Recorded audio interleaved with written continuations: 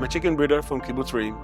During the fight on our kibbutz, we fought 6 members from our community against 110 terrorists.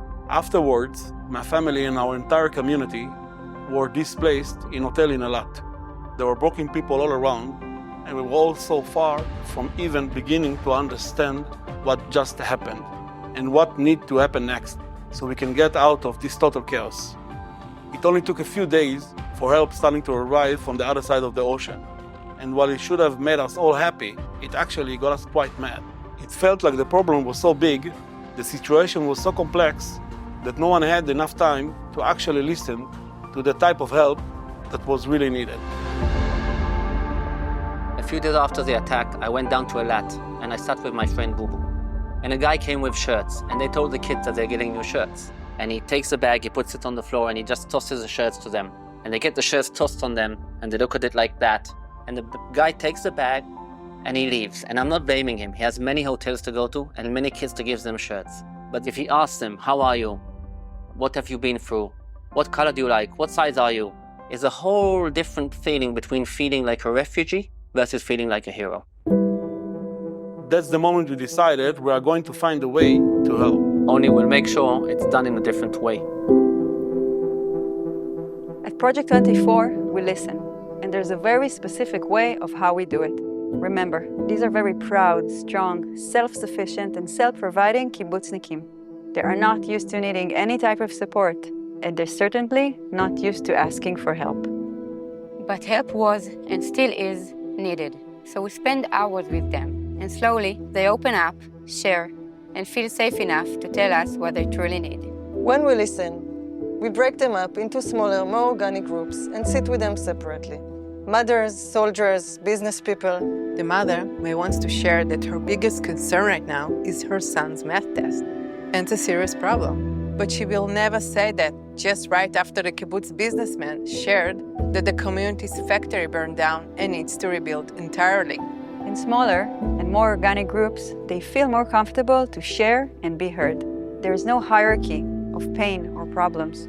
Within these smaller groups, we make sure to ask 2 questions. What went wrong? What is your superpower? Everyone has a role, profession, position they wake up to every morning. This gives their life a sense of purpose, direction, clarity, and even hope. But so many people were knocked off their course on October 7th, and since then, so many could not continue to use their superpower. To bring people back on track and help them return to their life's course, we remind them of their superpower. After we gather all this information, we create projects. These are very unique, different projects. So they all go by 3 Project 24 principles. Let us explain. Principle number 1, we empower people from within their power. For example, if she's a graphic designer, don't donate $300 to her. Buy a logo. It's the same $300, but what a difference to her dignity, to the relationship you have with her. She gets off of her couch, she goes back to her office, creates a logo, is reminded of her superpower. You get a logo, you tell your friends, and this continues on. Principle number 2, we create win-win projects. At Project 24, we do not believe in one-sided relationships, and simply because they do not last. And unfortunately, we're looking at a very long recovery path. We have about 10 to 15 years of healing and empowering that needs to take place. And we need your help.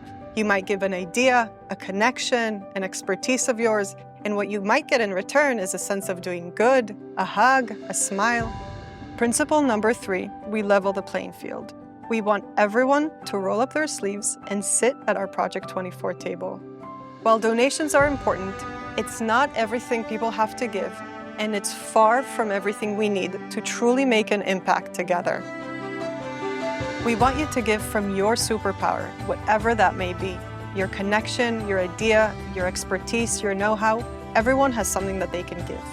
The next thing we want you to do is to continue on to our projects in the member zone, so you can get a sense of how these 3 principles come together and everything that we've already accomplished together with our Project 24 community. After all the darkness we experienced, there is a lot of light to bring. There is a lot of good to do. We give you new ways to do good. Let's do good together. Join us and let's start working.